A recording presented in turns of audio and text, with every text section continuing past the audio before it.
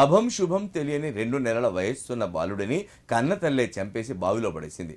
ఆపై తన ఒడిలో నుంచి గుర్తు తెలియని వ్యక్తులు ఎత్తుకెళ్లారని కిడ్నాప్ డ్రామా ఆడి చివరకు కటకటాల పాలైంది. ఈ సంఘటన సిద్దిపేట జిల్లా దుబ్బాక మండలం అప్పనపల్లిలో చోటు చేసుకుంది. అప్పనపల్లి గ్రామంలో నివాసం ఉంటున్న శ్రీమాన్ కవిత దంపతులకు 2 నెలల వయస్సున్న కుమారుడు ఉన్నాడు. ఈ నెల 17న మిరుదొడ్డి మండలం రుద్రారంలో ఉన్న తన సోదరి ఇంటి వద్ద పని ఉందని శ్రీమాన్ వెళ్ళాడు. ఈ క్రమంలో కవిత తన 2 నెలల కుమారుడితో ఇంట్లోనే ఉంది.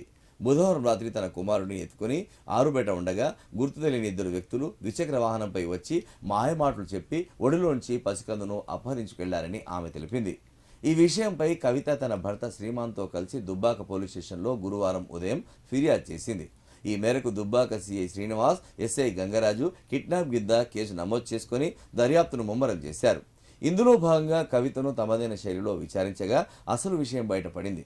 అదే రోజు బాలుడిని చంపి అప్పనపల్లి శివారు బావిలో పడేసినట్లు అంగీకరించింది. దీంతో క్రెయిన్ సహాయంతో బాబు మృతదేహాన్ని పోలీసులు వెలికి తీశారు. నిందితురాల్ని సిద్దిపేట మహిళా పోలీస్ స్టేషన్కు తరలించారు. అయితే ఇంకా కేసు విచారణ దశలో ఉందని, పూర్తయిన వెంటనే వివరాలు వెల్లడిస్తామని దుబ్బాక సిఐ శ్రీనివాస్ తెలిపారు.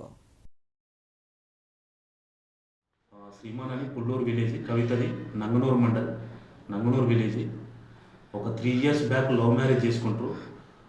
వాళ్ళ పేరెంట్స్ ఒప్పుకోరు. 3 years కూడా పుల్లూరులోనే ఉంటారు. రీసెంట్గా ఏంటంటే ఈ శ్రీమాను ఒక 2-3 కేసులలో దొంగతనం కేసుల్లో జైలుకు పోయిండు. కొంచెం బ్యాడ్ క్యారెక్టర్ ఉంది. ఆ భార్యను ఫిజికల్గా మెంటల్గా హరాస్మెంట్ చేయడం, ఇబ్బంది పెట్టడం. ఆ అమ్మాయి కూడా అనవసరంగా నేను మ్యారేజ్ చేసుకున్నా, అటు మా తల్లిదండ్రులకు దూరమైన, అసలు ఎటు పోవాలో అర్థం కాని పరిస్థితిలో మొన్న రీసెంట్గా అంటే 21st రోజు 2:30 ప్రాంతాల్లో ఇంట్లో ఎవరు లేని సమయంలో ఆ బాబుని తీసుకెళ్ళి ఈ అప్పనపల్లి గ్రామ శివారులో ఈ రాజిరెడ్డి పొలంలో అంటే వ్యవసాయ బావిలో పడేసింది.